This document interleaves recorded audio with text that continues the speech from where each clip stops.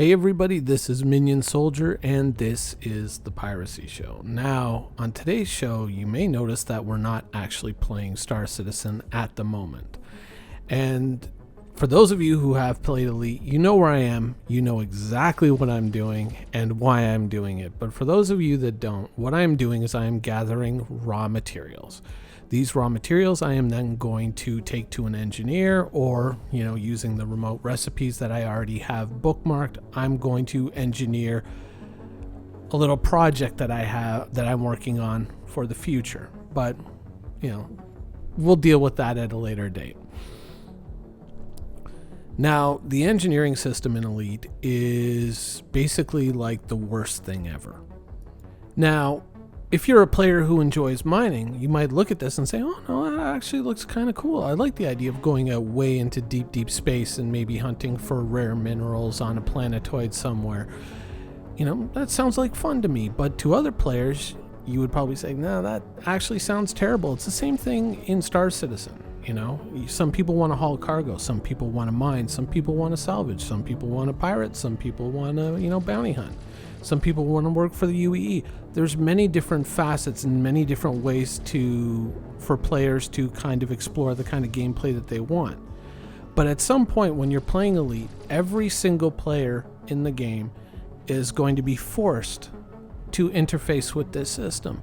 And this is an absolutely brutal system, because the amount of minerals that you need and the rate at which you gather them is, unless you do it in very specific ways, and you can find YouTube videos detailing those specific ways, and it is time consuming to do it this way. In just about every video, they will always say some variation of, I know this sucks, but if you do it this way, it allows you to gather materials very efficiently, and you may never need to come back here for a long time if you ever have to do this again. And, that really kind of tells you something about the system when players have gone to such incredible lengths to just find a way to kind of game around the system so that they have to interact with your game system as little as possible. Now, this actually is a problem that Elite could solve very, very easily. But the problem is that Elite is structured as a single player game with the possibility of going multiplayer should you so choose. The entire game can be played out by yourself in a universe. If you're one of those people who's looking at Star Citizen and saying, oh, I just wish I had a PvP slider so all the mean kids wouldn't be in my server, then Elite is the game for you. Because that's built in. Whatever you want, you can play with only your friends, you can play just by yourself, or you can just enter the open universe and play with as many people as you want. That's kind of, how Elite works. But that level of interaction that I've just described to you is the only amount of interaction that you have with other players in the universe. You can't trade with other players. So there's no auction house anywhere where I can go purchase, what is it that I'm picking up here? I think it's like polonium or something. I can't just go and buy that off the local auction house or anything like that. And most modern MMOs, they have systems in place where if you don't enjoy a particular activity, you can kind of work your way around it by earning money somewhere else and then just paying another player more or less to do that thing for you. That's kind of how in-game economies work. But Elite really doesn't have much of an in-game economy realistically.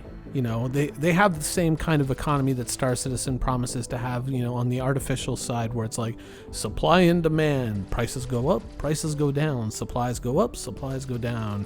Watch the economy live and breathe. And it's like, oh, okay, cool. But it's not really very interesting, and it's not really all that exciting. When you bring player interaction into it, as Star Citizen promises to do in the future, there are some interesting possibilities there. But Elite just closes the door. It builds a brick wall between every single player that plays the game and doesn't allow them to interact with each other. And this is one of the brutal things about Elite. Now, I'm not saying Elite is a terrible game, because obviously wouldn't be playing it if it was entirely a terrible game, but this is like one of the worst things about it. Now, the reason why I bring that up and I use that example is that is an example of a very strong player power system in a game where you're pretty much not allowed any shortcuts. You can't get anybody else to do it for you. There's no way other than just getting into somebody else's ship and letting them fly you around to all the locations. There really is nothing for you to do except engage with that system and be forced to engage with that system if you want that power. And in Elite, it's a very, very significant amount of power. Catastrophically important. Now, let's talk about Star Citizen, because in Star Citizen, we still don't have a full idea of where player power is going to come from in Star Citizen. We do have some vague notions, some ideas, some random offhand statements that have been made that a lot of the items that we currently have in game, whether it's shields, weapons, engines, all sorts of things, a lot of these things are going to be modifiable. And there may be higher level versions of these things that we may gain access to in the future. But where are we going to get them? And how do we get them? Now, the obvious answer for a lot of players, including myself, with our experience in MMOs, would be like, well, it's probably going to be through the reputation system. Ninetales will have a really good disruptor, or distortion weapon. Sorry, I went Star Trek there for a minute. Maybe an exploration mission for an exploration company gets you to a better grade of scanner. And all of that is fine, so long as players can trade these items between each other. And this is where Elite screwed up, and Star Citizen can profit from the example. This has the potential, if you build a system that way that allows players to kind of go and exchange things. It doesn't have to be like an Orgrimmar auction house or anything like that. But if a player who, let's say, likes to do a whole bunch of scientific exploration, they love to run around on the mountains, they like to scan the rocks, they want to bring back soil samples, they're doing the missions, this is it, this is their dream come to life right now. This is the Star Citizen dream for this player right here. If there are certain rewards like better scanners, better sensors for their ship, things like that, and they earn those things, they should have the ability to sell that on to someone else out there in the universe. That player now has, through their hard work, they have basically either purchased access to an item, or maybe, who knows, if there's a crafting system in the future, the blueprint to an item that they can then make and then sell on to the player base. That's a far more interesting interaction, and beyond that, it's also a better way to shape the economy, because the player who's out there doing the combat mission, that player may be earning access to certain weapons or shields that this player needs, and then they start trading in between each other. So players get to interact with the game through the systems that they enjoy. They don't have to worry about the systems that they don't enjoy, and yet they can still exchange power in between each other. You'd think that a lot of this sounds fairly obvious, right? Completely obvious, but for a lot of game developers, no, they want you to interact with the game in very specific ways. They want you to enjoy the game and have fun in the right way that they have defined as being fun, not really ever fully comprehending the fact that their own personal interests or fascinations, or even to a certain degree fetishes for certain types of activities, may not coexist within the players that they're selling the game to. The broader game may appeal to them, but the idea of sorting soil samples in a bag, which may appeal to game developer 1, maybe only 1 in 10 players would actually say, oh yeah, that was a fun, rewarding activity, and the rest of them would be like, what is this system? There are many rewarding ways that a system like this can work out, and all it does is it makes the activities that players engage in the game far more rewarding and far more enjoyable. If you think of, let's say, somebody who just wants to race in Star Citizen. They just want to get out there and they want to race starships. But perhaps the Van Duel engines in a straight line are just the best engines. I'm just making this up. This is not the case. Nor let's not get carried away. But let's just say they're just immensely powerful. But the problem is they're Vanduul engines. Now, does that mean that the racer pilot has to go all the way to the edge of Vanduul territory and fight a bunch of Vanduul to hopefully try and salvage a couple of Vanduul engines, buy salvage ships, salvage equipment, whatever, and get all that done? Or can they rely on the people who are out there who enjoy fighting the Vanduul, who happen to get these things as salvage or, glorified loot drops, let's just say it like that? Those players, should they not just be allowed to magnify their profits by going, hey, these engines are in good condition, I know where we can sell these, That makes for a much more interesting game. But when you kind of force people down certain paths, like, hey, you want to get these really good sensors, you're going to have to do science missions. Oh, you want to get these really good distortion weapons, you're going to have to go and do these pirate missions.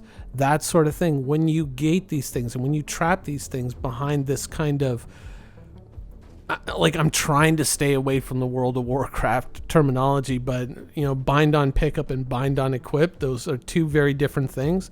If you can make something that's bind on pickup, that means it binds to your character right away, whereas bind on equip means if you don't equip it, it's not bound to you, so you can sell it. And that's kind of one of the cornerstones, or was one of the cornerstones, when people could still realistically make gear for each other and make money back in the day. That was a very rewarding end to careers like leatherworking and armor making and weaponsmithing and all that. Or I think, it's just called blacksmithing. Sorry, I haven't dealt with that in a long time, and there's obvious reasons for that because they destroyed that profession. But this is the sort of thing that kind of, it makes the game much more rewarding when you can kind of do it this way, rather than saying, if you have to do these things, you got to go and if you have to get these things, then you have to go and do these missions or interact with the game in certain ways. And that's a bad idea. It is kind of like a dungeon master saying, no. If you want to go through my campaign, you've got to hit all these different points. You can't just kind of free form it. You can't just kind of fly by the seat of your pants. You got to go and do all these certain things. And often in times when they're kind of designing these campaigns in their head, and they're coming up with all these intricate things, anything that they haven't thought of where you go off script, they start getting really mad about that, and they're like, no, you gotta go back to first loot the dagger of Unthway from New Galabad or whatever.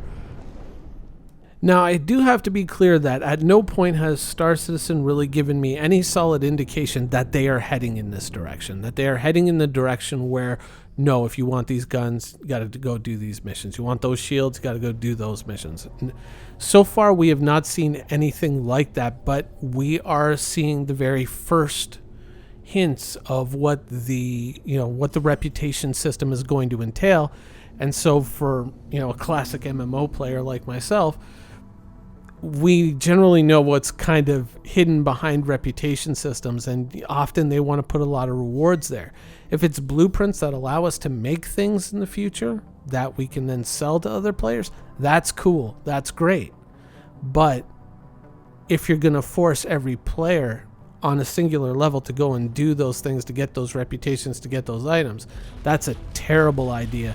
And all too often that's used by unimaginative, we'll say it that way, game developers who use these things as a crutch to get players to interact with the game systems that really aren't all that creative or all that interesting or fun to most players, but for some reason for them they've just got a fixation on it's got to be this way or nothing else. So that's pretty much my thoughts on the ideas of player power and gating it behind any kind of forced grind. I've done enough of those things in the past, and I can tell you those systems they're just never rewarding. Never ever rewarding, and they never have been. But if you put certain things behind reputation, cool things that don't involve player power or being, forced to feel that you have to do these things like cosmetics, or things like, just unique weapons, not weapons that are more powerful, but just unique. That can be a rewarding and fun system to engage with. It's just when you feel that you're being forced to do it, like there's a gun to your head, you've got to do this, otherwise you're never going to be a good dogfighter, otherwise you're never going to be a good explorer or a good bounty hunter. That's when you cross the line into an area that is really nowhere that anybody really wants to go, except for, bad game developers.